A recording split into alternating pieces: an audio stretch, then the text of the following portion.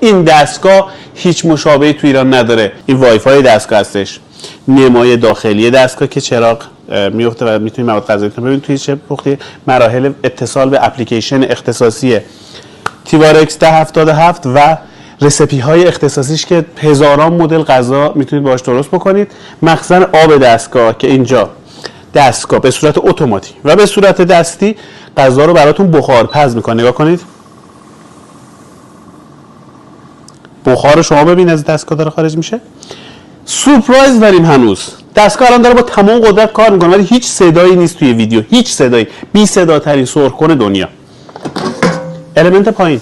تمام ایرادی که برندهای مثلا سرخکن داشتن این بود که کیک یا پیتزایی که اگه از خمیر استفاده می‌کردین نمی‌پخت. این دستگاه این ایراد رو هم براتون گرفته. 400 وات توان المنت پایین و 1400 وات المنت بالا توان پخت داره. نمای زیبای دستگاه 6.5 لیتر ظرفیت. دیگه با هیچ برندی مثل فیلیپس و اینها مقایسه نکنید. این دستگاه مشابه نداره.